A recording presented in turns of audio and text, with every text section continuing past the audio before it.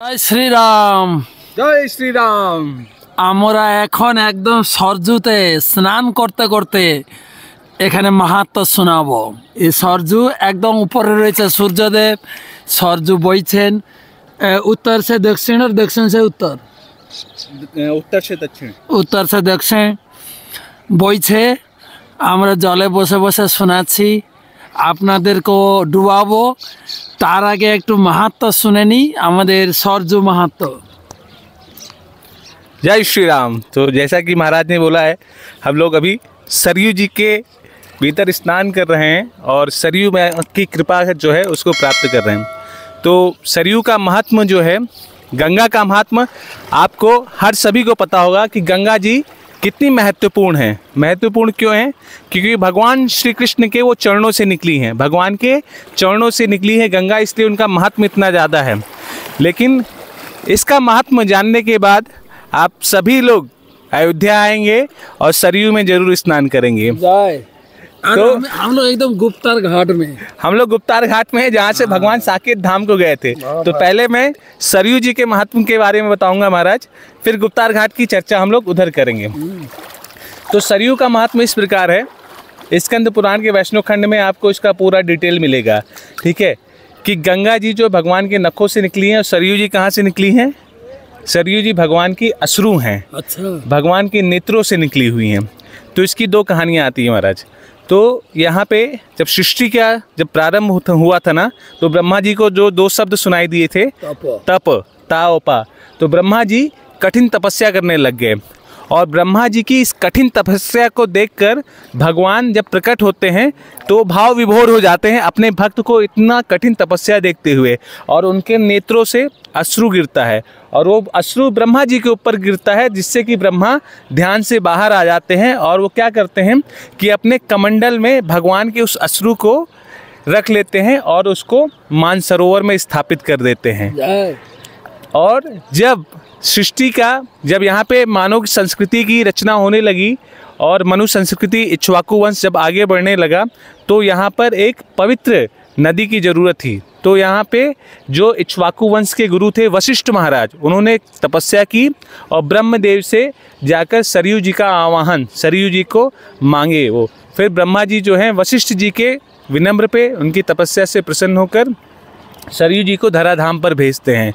और ये सरयू जी स्वयं ब्रह्म स्वरूपा हैं, क्योंकि भगवान और भगवान का नाम और भगवान के किसी भी चीज़ में कोई भी प्रकार का भेद नहीं है। तो जब भगवान का शरीर सच्चिदानंद है तो भगवान का अश्रु क्या हुआ? स्वयं भगवान ही हैं। तो इसी कारण ये सरयू जी जो है अपने आप में ही बहुत ही महत्वपूर्ण है। और इसका वर्णन जो है स्कंद पुराण में ये भी मिलता है कि आप गंगा नदी के किनारे 60,000 वर्षों तक रह कर नित्य प्रतिदिन स्नान कीजिए और सरयू का केवल दर्शन कर लीजिए, उसका फल एक बराबर है। और अगर स्नान करेंगे तो आप खुद ही समझ सकते हैं कि इसका फल कहाँ है।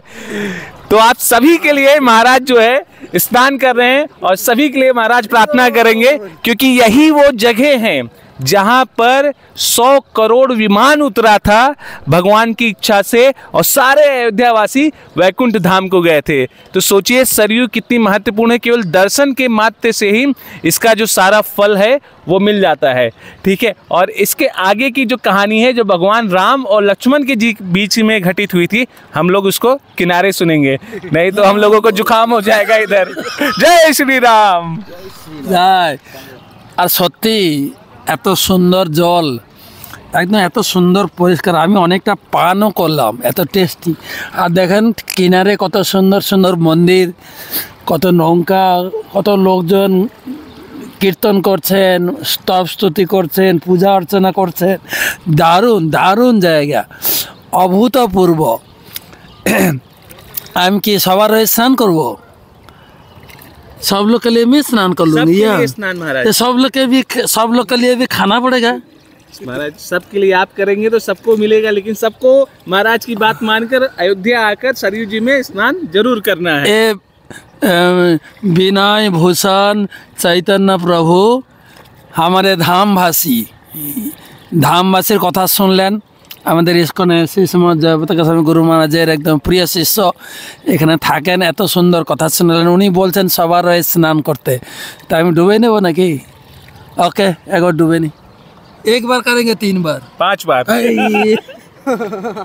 ओके अरे वाह, सरजू माँ की सरयू माई की जय। और जब भी हम सरयू में स्नान करें हमें ये अपने अंदर ध्यान रखना है कि भगवान राम, लक्ष्मण, भरत, शत्रुघ्न इस नदी में स्नान कर रहे हैं और स्वयं ब्रह्म स्वरूपा होने के साथ साथ जब हम उनका ध्यान करते हुए स्नान करेंगे तो हम स्वयं भगवान के धाम के पात्र बन जाते हैं।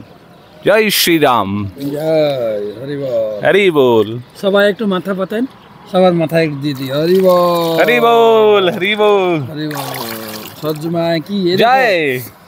तुलसी पत्ता भी है, फूल भी है, ये साक्षात भगवान के क्या बोलते हैं, ब्रह्म दवत्त अपगच्छति नीर धर्मई। और महाराज मैं आपको एक बात बताना चाहूँगा, एक्चुअली सरयू के महत्व के बारे में आपको केवल अयोध्या में आके पता चलेगा। इसका एक कारण ये है कि सरयू जी गंगा जी दोनों बहन हैं और गंगा जी ने सरयू जी से वचन लिया है कि आप अपने महत्व को अयोध्या के बाहर नहीं लेके जाएंगी, नहीं तो मेरी महत्वता खत्म हो जाएगी।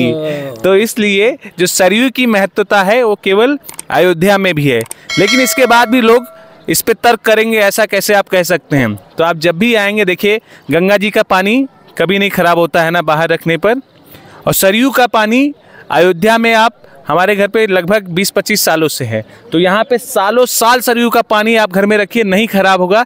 लेकिन ये सरयू का पानी आप बाहर लेके जाएंगे तो 6 महीने और साल भर के बाद खराब हो जाएगा।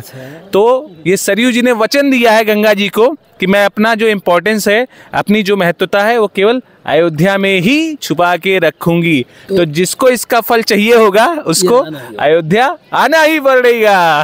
लेकिन सब लोग के लिए मैंने स्नान किया, वो काम नहीं होगा। वो तो आपको महाराज एक साथ ही मिल गया सबका।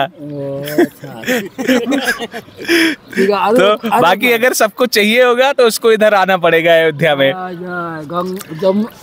सरजू माँ की जय।